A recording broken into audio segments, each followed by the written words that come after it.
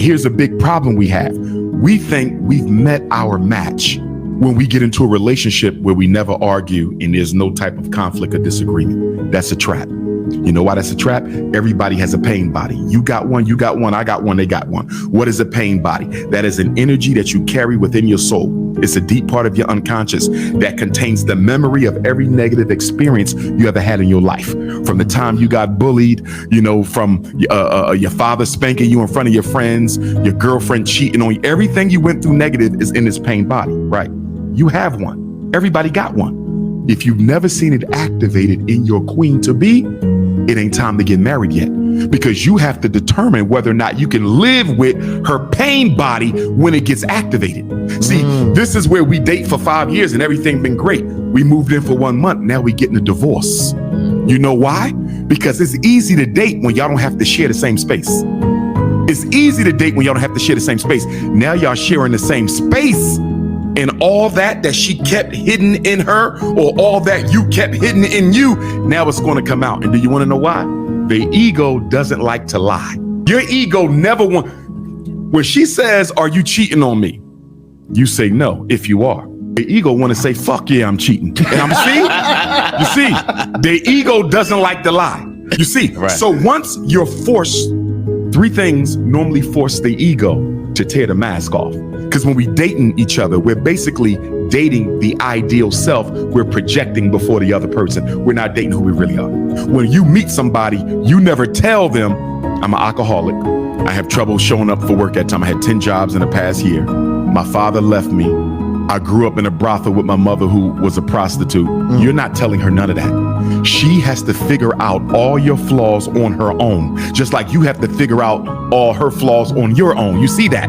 And so that's why we don't trust each other when we begin dating, because we both know we got a pain body. We both know we got baggage, and neither person wants to be transparent about what their issues are from the beginning. Damn.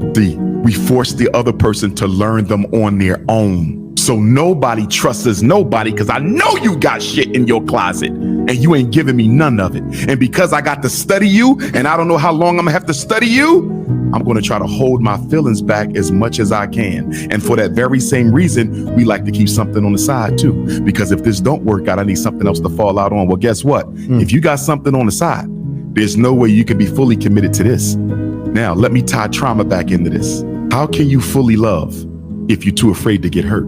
Right. And if you can't fully love because you're too afraid to get hurt, you have no business dating in the first place.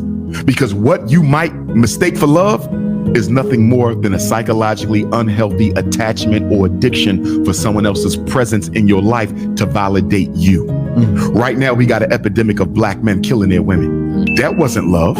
You couldn't kill somebody you loved. You know what was going on? He was addicted to her presence in his life. His illness cannot exist without her presence in his life. And because he can no longer have her presence in his life, he's going to take her life. That's not love. That's psychopathology and addiction. Wow. And you have a lot of traumatized black people running around thinking they're in love with people. You're not in love. You are simply addicted to their presence in your life. They serve a purpose for you. That's it. It's not love. And if you don't really understand what love is, oftentimes clinginess, attachment, thirstiness, and addiction is called love, and it's not. Love don't hurt. If it hurts, it has to be trauma. Take us into love, though, because I do agree with you. A lot of people are confused about what love is. Right. So how would you define love? When you truly love somebody, truly, here's the thing about love. Love is unconditional. That's the first thing I want to say. Is it really? Love is unconditional. If it's conditions on it, it ain't love. It's a contract. And that's okay if both of you agree on those terms.